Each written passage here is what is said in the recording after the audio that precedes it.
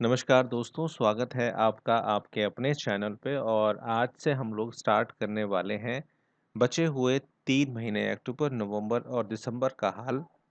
Video बहुत विस्तृत रूप से होगी, आपसे गुज़ारिश करूँगा कि आप इस वीडियो को पूरा देखें। मैच से लेकर मीन तक की बात होगी और एक-एक करके हम सारे वीडियोज़ को अपलोड करेंगे। तो आगे बढ़ने से पहले हम ये देखेंगे कि इस दौरान इन 3 महीनों में जो हमारे प्लैनेट्स हैं यानी कि हमारे ग्रह हैं, उनकी क्या स्थिति रहेगी। तो अभी जो सन है वो 16 सितंबर से चल रहे हैं वर्गों में, उससे पहले वो लियो में थे। उसके बाद ट्रांज़िट करेंगे 17 अक्टूबर को लिब्रा में और 16 नवंबर को स्कॉर्पियो में और उसके बाद सजिटेरियस यानी कि धनु राशि में 15 दिसंबर को लास्ट ट्रांज़िट करेंगे आपके धनु राशि में। उसके बाद 14 जनवरी को आपके 2021 में मकर राशि में यानी मकर संक्रांति वाले दिन आपका करेंगे। वहीं मार्स यानी कि अगर हम बात करें मंगल की तो वह अभी एरिस यानी कि मेष लगन में ही विराजमान है। वहीं मरकरी यानी कि बुध की स्थिति अगर हम देखें तो बुध हमारे अभी चल रहे हैं 17 अगस्त को आए थे लियो में यानी कि सिंह में और 2 तारीख को वर्गो में आ गए हैं और अभी 22 तारीख को वो लिब्रा में चले जाएंगे और स्कॉर्पियो में जाएंगे 28 नवंबर को, फिर सजिटेरियस यानी धनु राशि में जाएंगे 17 दिसंबर को और उसके बाद फिर मरकरी में 21 में जाएंगे 5 जनवरी को। जुपिटर अभी चलेंगे सजिटेरियस में 14 मई 2020 को वह आए थे। वहीं वीनस अभी 1 तारीख को कैंसर में आए हैं यानी कर्क राशि में आए हैं और उसके बाद 28 तारीख को 28 सितंबर 2020 को वो लियो में आएँगे, ट्रांज़िट करेंगे और 23 अक्टूबर में यहाँ से निकल कर वर्गो में जाएँगे, फिर 16 नवंबर को लिब्रा में जाएँगे, फिर 11 दिसंबर को स्कॉर्पियो यानी वृश्चिक राशि में आएँगे और 4 जनवरी को फिर सजिटेरियस में जाएँगे। वहीं सैटर्न कैप्रिकॉर्न में है और राहु ट्रांज़िट कर रहे हैं 23 तारीख को 23 सितंबर को टॉरस के अंदर वृषभ राशि के अंदर और केतु आपके ट्रांज़िट कर रहे हैं स्कॉर्पियो में 23 सितंबर 2020 को। तो ये तो हमारे हुआ हाल चाल ग्रहों का कि ग्रहों की क्या स्थिति आने वाले महीनों में रहने वाली है। चलिए मित्रों, अब बात करते हैं मिथुन राशि की कि मिथुन राशि वाले किस तरह से परफॉर्म करेंगे अक्टूबर, नवंबर और दिसंबर में। देखिए, जो मिथुन राशि वाले होते हैं, उनको चेंजेबल पर्सनैलिटी भी कहा जाता है, यानी कि उन्हें परिवर्तनशीलता पसंद होती है और अपने दिनचर्या, अपनी आजीविका में वह निरंतर परिवर्तन करते रहते हैं। मिथुन राशि वालों को पढ़ने-लिखने का शौक होता है और ये राशि वाले जो होते हैं कई बार उलझनों में भी फँसते हैं और कई बार अपने निर्णयों को भी चेंज करते हैं। हालाँकि दाम्पत्य जीवन जो होता है वो उनका ठीक रहता है, उसमें प्रॉब्लम्स नहीं आती।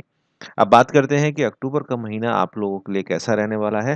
वीडियो को पूरा देखिएगा, कहीं पे छोड़ के मत जाइएगा, नहीं तो आपको समझ में नहीं आएगा कि आगे आपको क्या करना है। अक्टूबर का महीना आपके लिए तीव्रता से परिवर्तन लेकर आएगा। वहीं इस महीने में गुरु और शुक्र की जो स्थिति रहेगी उसमें आपके जो इम्पोर्टेंट क्षेत्र हैं यानी कि आपके जो नौकरी का क्षेत्र है, आपके व्यवसाय का क्षेत्र है, उसको ये प्रभावित करेगी और बहुत बड़े निर्णय आप यहाँ पे लेते हुए दिखाई देंगे।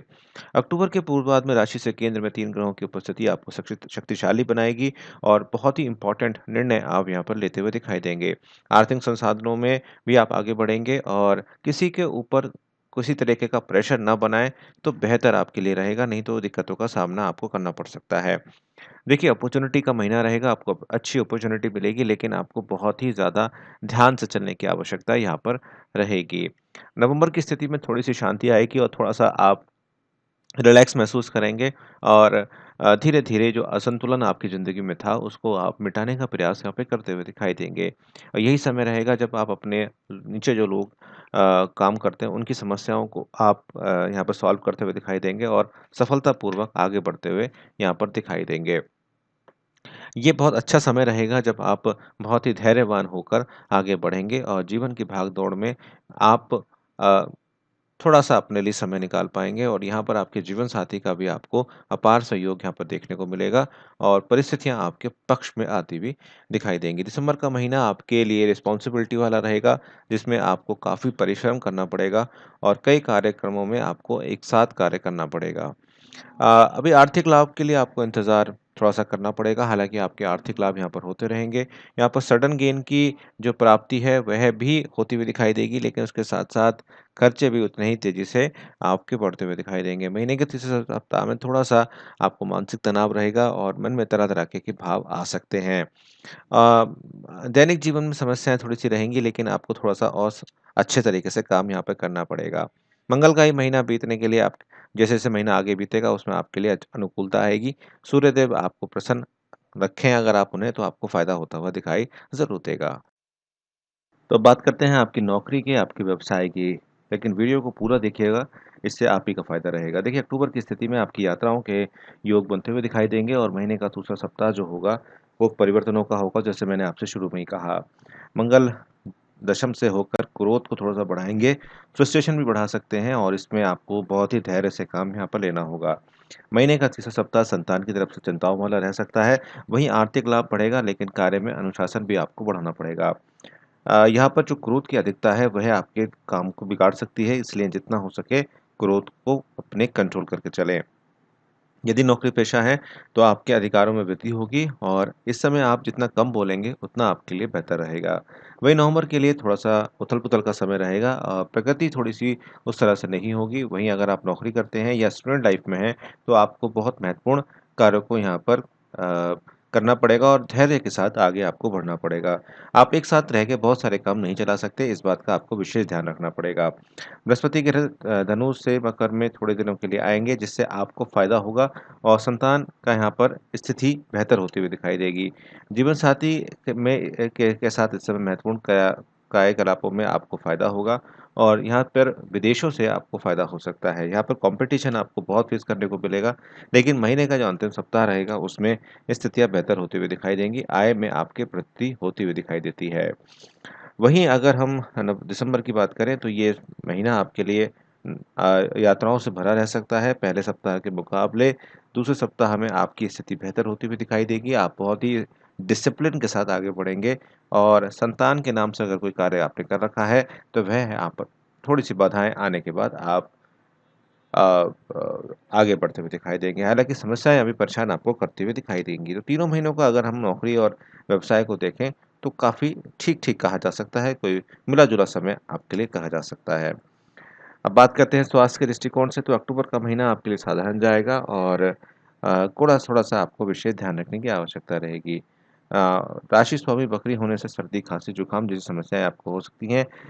यदि आप विदेशों के बारे में जाने की सोच रहे थे, जो कि कोरोना काल में अभी मैं आपको सजेशन नहीं दूँगा कि आप किसी तरीके की विदेश यात्राएँ इस समय करें क्योंकि आप जैसे सभी जानते हैं, आप सभी समझदार व्यूअर हैं मेरे, तो इस समय जितना हो सके लंबी यात्राओं, विदेश यात्राओं से आप बचें तो बेहतर रहेगा। नवंबर में स्थितियाँ बेहतर होंगी, महीने के उत्तरार्ध में काफ़ी हद तक आपको अपने खान-पान पे ध्यान देने की आवश्यकता रहेगी और कैलोरी को जितना आप कम लेंगे, उतना आपको सही रहेगा। आप वज़न घटाने की तरफ यहाँ पर जाएँगे, जिससे आप मॉर्निंग वॉक जैसी जो स्थितियाँ होती हैं, उसमें आप आगे बढ़ते हुए दिखाई देंगे। वहीं स्वास्थ्य के दृष्टिकोण से दिसंबर का महीना थोड़ा-सा अधिक चिंता वाला रह सकता है आपके लिए। यहाँ पर आपकी एंटीबायोटिक दवाइयों का खर्चा यहाँ पे बढ़ता हुआ दिखाई दे रहा है और जिनकी ब्लड और शुगर की प्रॉब्लम है, उन्हें थोड़ा-सा और विशेष ध्यान रखने की आवश्यकता है।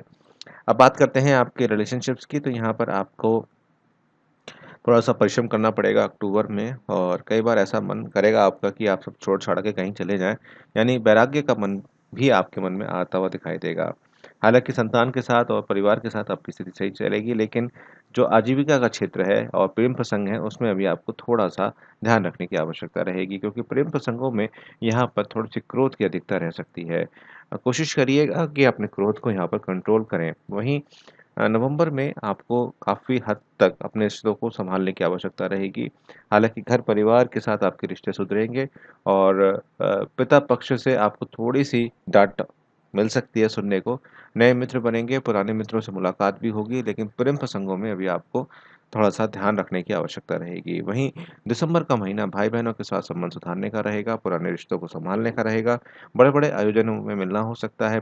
कोरोना काल में जो लोग आपसे रूठ गए थे या ना मिलने की वजह से कम्युनिकेशन गैप आ गया था, उन सब चीज़ों से आप आगे बढ़ते हुए दिखाई देंगे और विदेशों से अभी आपके काफ़ी अच्छे चीज़ें बनेंगी। तो दिसंबर का महीना आपके रिलेशनशिप्स के लिए काफ़ी बेहतर यहाँ पर दिखाई देता है।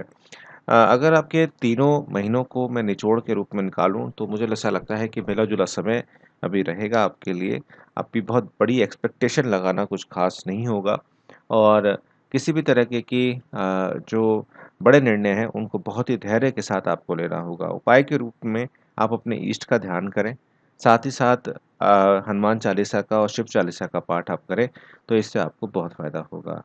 देखने के लिए बहुत-बहुत धन्यवाद। आपका आने वाला समय अच्छा रहे, आप स्वस्थ रहें, खुश रहें, यही मेरी हमेशा से कामना रही है। देखने के लिए धन्यवाद।